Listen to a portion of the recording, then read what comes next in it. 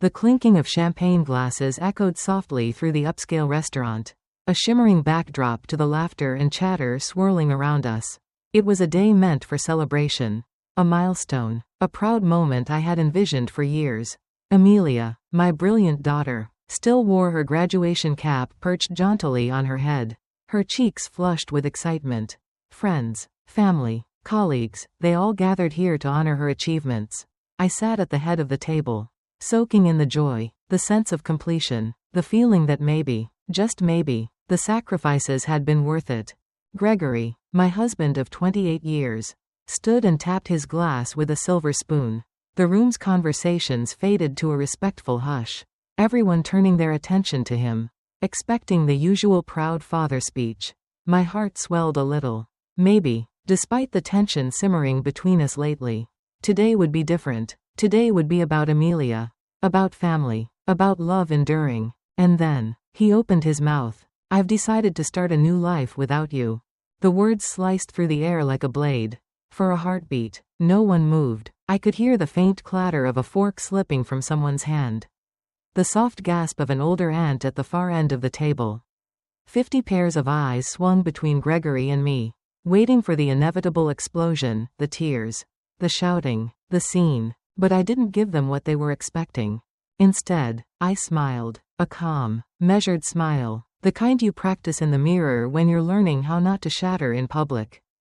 Congratulations on your honesty, I said smoothly, my voice carrying just enough to silence the whispers starting to bubble up.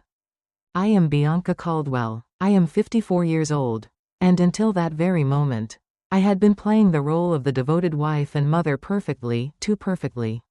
I had put my own career dreams on pause to support Gregory through every whim. Every new venture, every finding himself phase that always seemed to come at the worst possible times. I had been the quiet hand guiding our daughter through childhood, through teenage storms, through college applications. From the corner of my eye, I spotted Cassandra Wells, Gregory's not-so-secret friend, sitting at a back table with people I had considered friends for decades. She shifted uncomfortably, her eyes darting away from mine. A younger woman, blonde, always a little too eager, a little too available. The betrayal burned hotter because it wasn't just Gregory. It was all of them, the ones who knew, the ones who whispered behind my back, the ones who had watched me smile at holiday parties.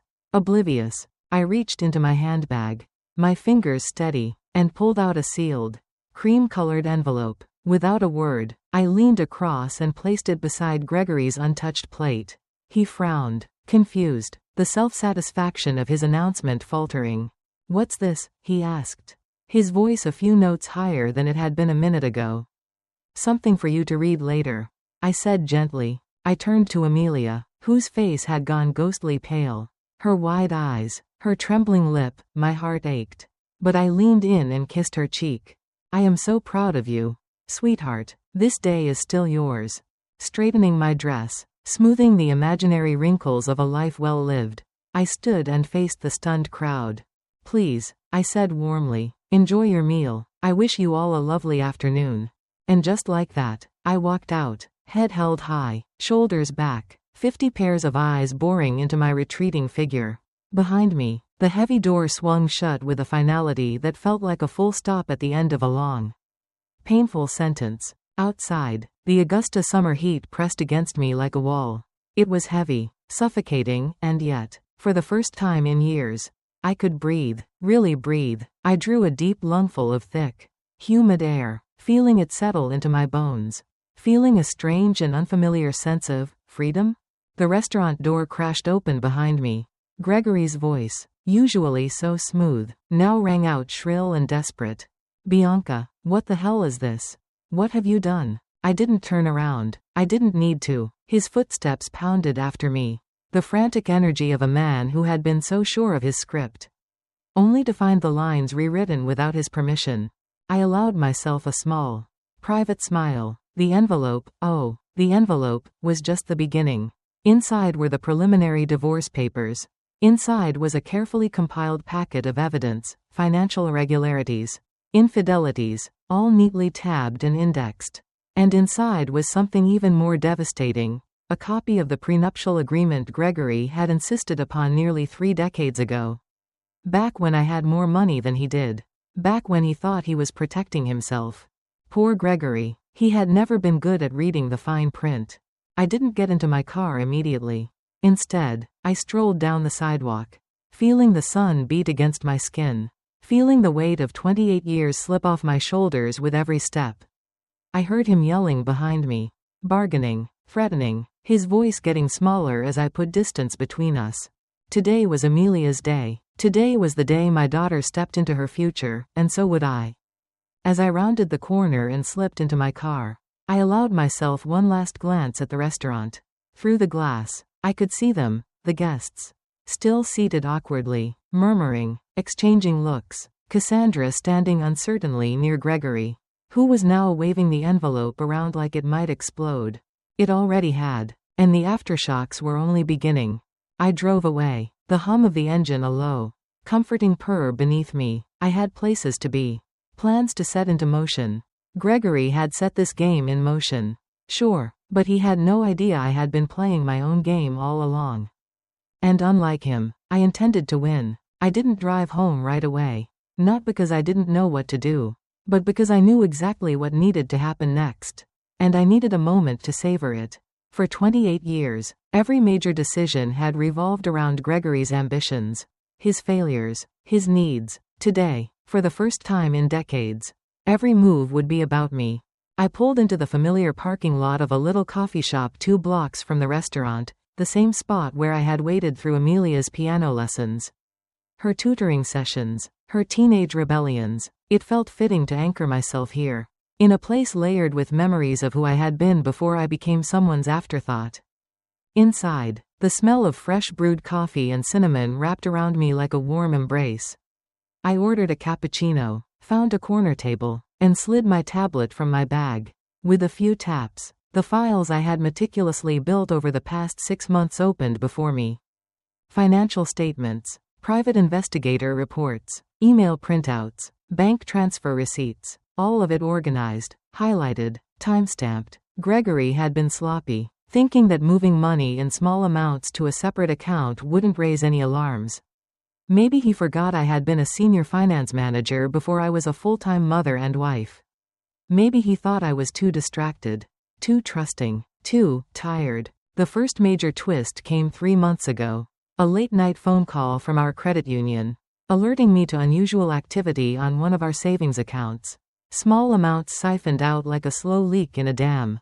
When I asked Gregory about it the next morning, he brushed me off with an easy laugh. Must be a glitch. I'll take care of it. I let him believe I bought that lie.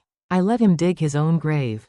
While he planned romantic weekends and beachfront property tours with Cassandra, I met quietly with an attorney, one specializing in high-asset divorces and, more importantly, airtight evidence collection. I wasn't just reacting, I was constructing. As I reviewed the files again in the coffee shop's cozy corner, I could almost feel the gears of inevitability turning. Tomorrow morning, my attorney would file the divorce papers officially. Simultaneously, the judge would sign the motion to freeze our joint assets. Gregory would wake up to find himself locked out of the accounts he had tried so hard to plunder. And Cassandra? She'd be waking up to a man whose financial stability was about to crumble underneath him. A man with no beachfront property, no new car, and no easy golden parachute. I almost pitied her. Almost. My phone buzzed across the table, jolting me out of my thoughts. It was a text from Diana, Gregory's sister, and once upon a time, one of my closest friends. I need to tell you something. Her message read, call me. I hesitated. After today, after everything, trust was a scarce commodity. But curiosity, and maybe a sliver of loyalty to the life I'd once had, won out. Bianca. Diana answered on the first ring, her voice tight with urgency. I'm so sorry. I should have told you sooner. Told me what? There was a pause heavy with guilt. I knew about Gregory and Cassandra. Not all the details, but enough. I confronted him last Christmas after I saw them together, intimate. Too close to be just friends. He swore to me it was nothing. He made me promise not to tell you. Said it would only complicate things until he figured everything out. I closed my eyes. Another betrayal. Not just from Gregory. From family. From someone who should have had my back. Why now, Diana? I asked, my voice steady despite the burn in my chest. Because today's stunt, the public humiliation, it crossed a line. I can't pretend I didn't know anymore. And I want you to know. She hesitated. I'm with you. Whatever you need. For a moment, all I could do was sit there, feeling the layers of my old life peel away like sunburned skin. Painful, raw, but necessary. Thank you for telling me, I said finally. But understand, I'm not the same Bianca you remember. Good, Diana said, almost fiercely. That Bianca deserved better. I ended the call and stared out the coffee shop window. The late afternoon sun cast long, golden beams across the pavement. A new beginning bathed in light. I thought about Gregory's face when he opened the envelope. The confusion, the fear. He had expected a meltdown. A scene. He had choreographed his exit like a man staging a play for maximum audience sympathy.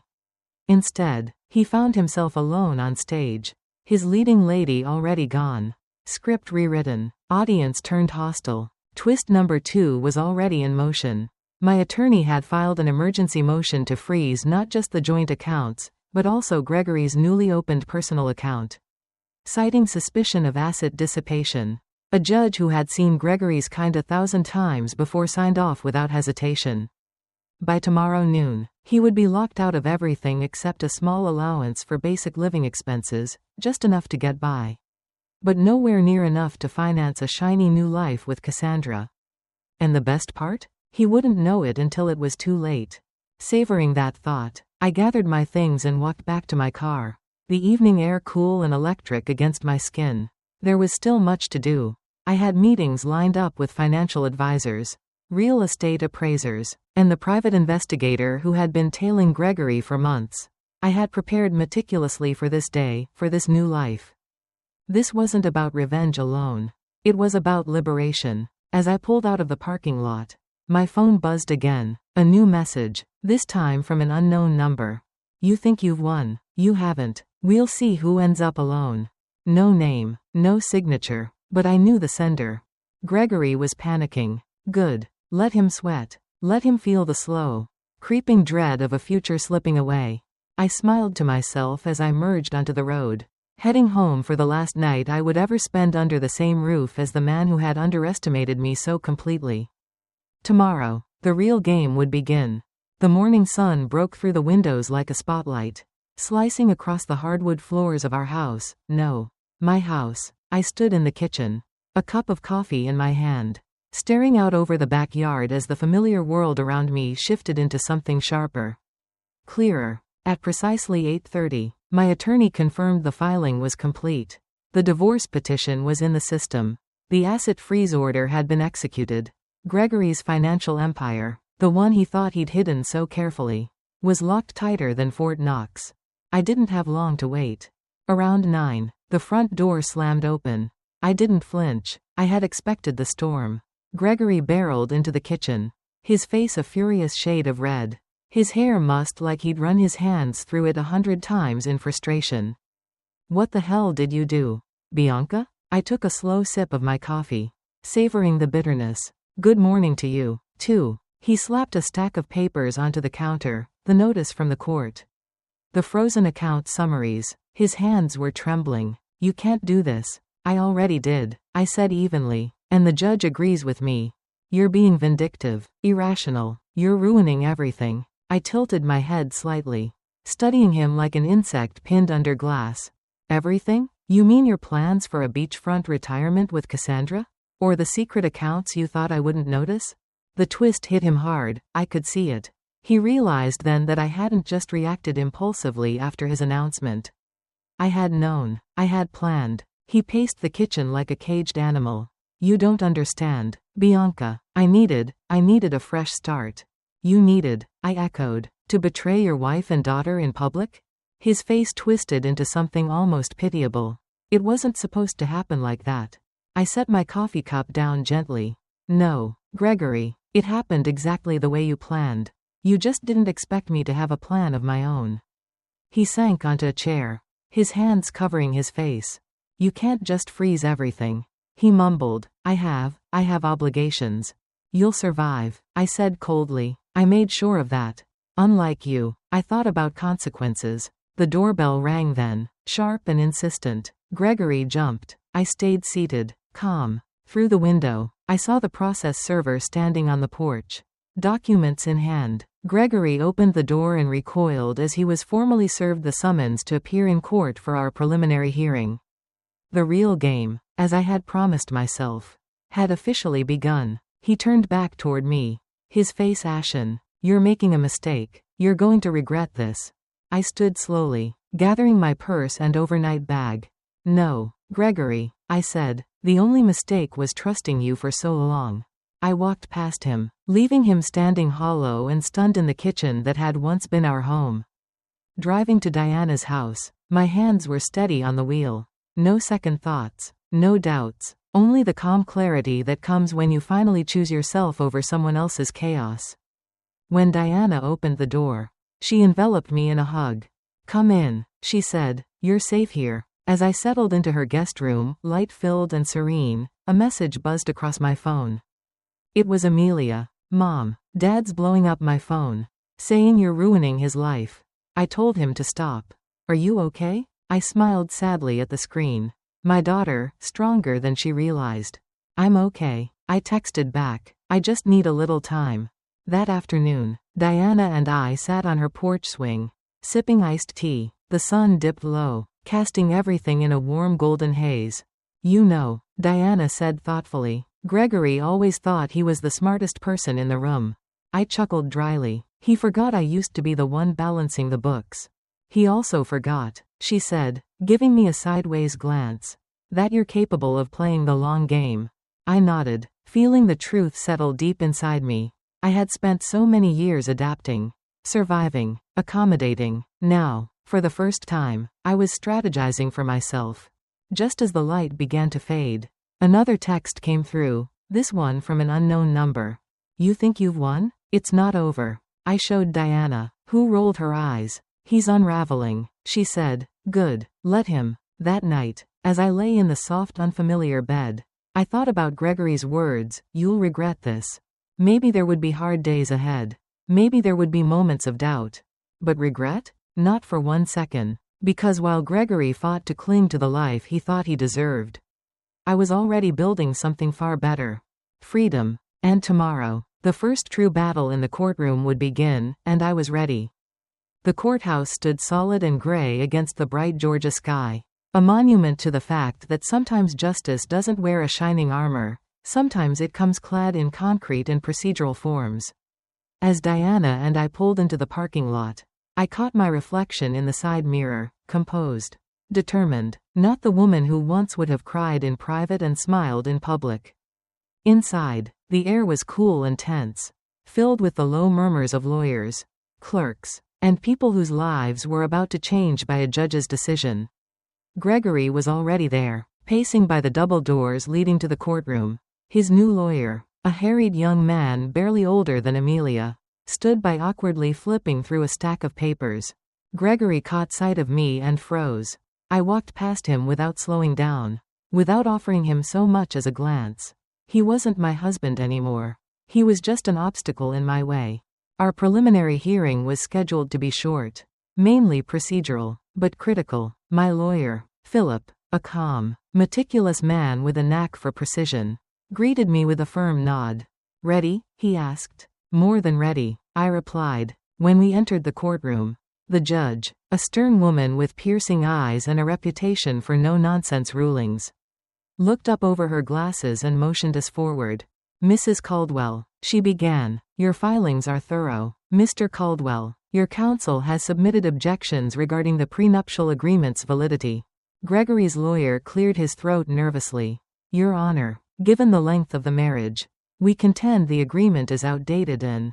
The judge held up a hand, silencing him. The document explicitly states it remains enforceable throughout the duration of the marriage, including during dissolution proceedings. She turned to Gregory, fixing him with a stare so sharp it could have cut glass.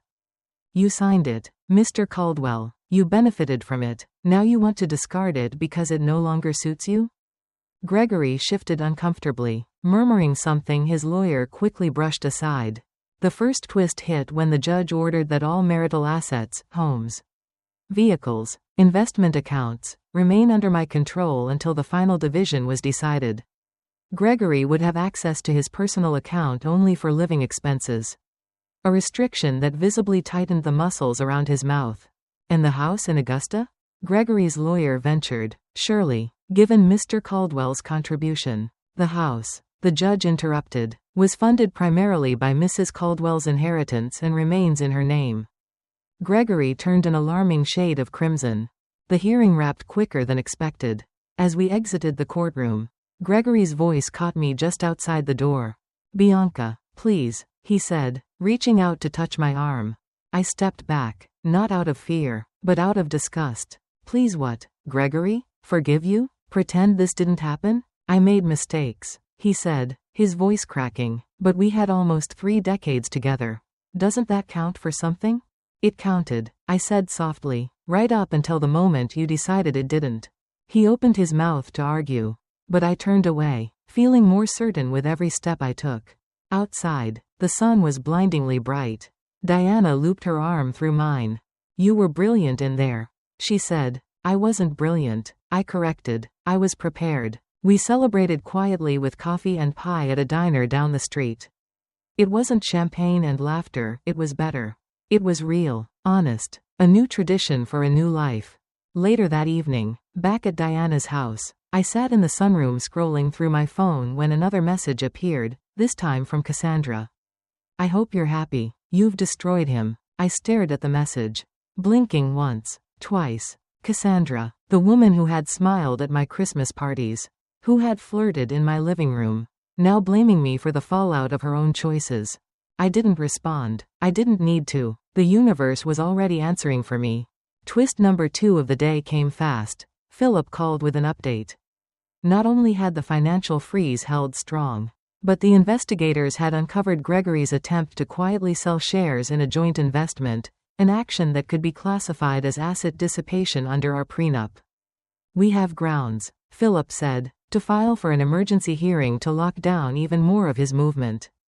"Do it," I said without hesitation. For once, Gregory's recklessness served me. Night fell quietly, stars winking into view across the deep velvet sky.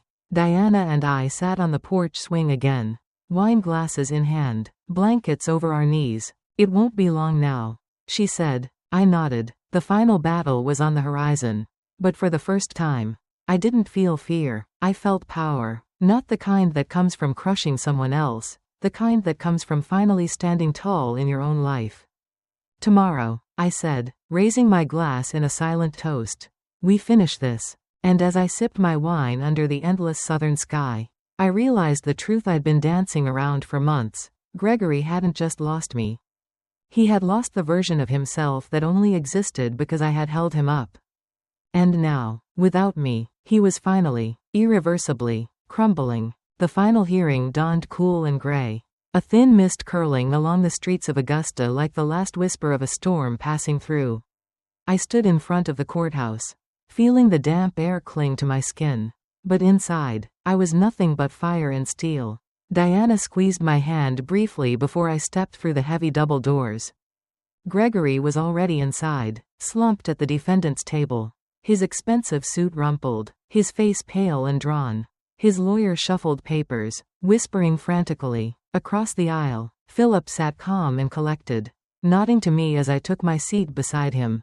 The judge entered, and the room rose. It all felt surreal, like watching a play I had written and rehearsed and now, finally, was ready to perform. Opening arguments were swift. Philip laid out the timeline: Gregory's financial deception, the fidelity breach, the attempt to dissipate assets.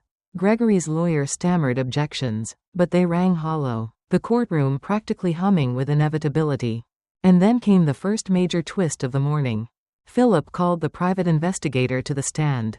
The PI presented surveillance photos, timestamps, and credit card receipts documenting Gregory's year-long affair and extravagant spending on Cassandra. Gifts, vacations, jewelry, all while claiming financial hardship to me. Gregory's face crumbled as each piece of evidence was laid bare. The courtroom watched, riveted, as his carefully crafted image unraveled thread by humiliating thread. When it was my turn to speak, I stood, voice steady, hands loose at my sides. For 28 years, I said, meeting the judge's eyes, I supported my husband's dreams. I built our life while he chased his whims. I protected our family's future even when he endangered it. I paused, letting the weight of those words settle. Today, I'm asking the court to acknowledge not just the letter of our agreement, but the spirit of it. The judge nodded once, a silent acknowledgement. By noon, it was done. The judgment awarded me full ownership of our primary residence, the majority of our joint investments, and sole control over the retirement accounts. Gregory was left with his depleted personal savings and a small monthly allowance for basic expenses, barely enough to maintain a modest apartment. The beachfront property dream he had sold to Cassandra? Gone. The future he had promised her, built on lies and stolen trust? Ashes. Outside the courtroom, the final confrontation waited. Gregory caught up to me on the courthouse steps, the mist turning to a light drizzle around us. Bianca, wait, he called, voice cracking. I turned slowly, giving him the dignity of a full glance, something he hadn't earned but I offered anyway. Because that's who I was. I know I don't deserve it, he said, but, I'm sorry. For a moment, just a heartbeat, I saw the man I had once loved. The man who had held my hand through miscarriages, who had laughed with me over burned Thanksgiving turkeys, who had whispered dreams in the dark. And then I remembered the man who had calculated his betrayal down to the moment he stood with a champagne glass raised in a room full of people, ready to humiliate me. I'm not angry anymore, I said. I'm just done. He nodded, the weight of his choices sagging his shoulders. As I turned to leave, a voice called out, Mom. Amelia was running across the plaza, her graduation cap clutched in one hand against the wind. She threw her arms around me, hugging me so tightly I could barely breathe. I'm proud of you, she whispered. The final twist hit then, the one Gregory hadn't seen coming. The one that had nothing to do with money or property. He had lost Amelia, not because I poisoned her against him. I hadn't said a word, but because she had eyes. She saw, she understood. And nothing he could say would erase that. Later that night, back at Diana's, we popped a bottle of cheap sparkling wine, not to celebrate Gregory's downfall, but to toast new beginnings. To freedom, Diana said, raising her glass. To choosing ourselves, I added. Amelia clinked her glass against mine. To building something better. In the weeks that followed, life didn't magically transform into a fairy tale. There were hard days, nights when memories clawed at the edges of my resolve. Mornings when loneliness sat heavy on my chest. But there was also laughter. New projects. Clients for my new consultancy business. Women who needed someone who understood what starting over truly meant. And there was peace. Real, unshakable peace. One afternoon, as I organized files in my small new office, an envelope slid through the mail slot. No return address. Inside was a single sheet of paper, a photo of the beach house Gregory and Cassandra had tried to buy, now listed for sale again. Dreams abandoned. Attached was a handwritten note. Sometimes the best revenge is living well. Diana. I smiled, feeling the last remnants of bitterness lift away. Gregory hadn't destroyed me, he had freed me. And now, I wasn't just surviving, I was thriving. The woman who had once been an afterthought was now the architect of her own life. And for the first time in a long, long time, the future was mine, wide open, unbreakable, and shining.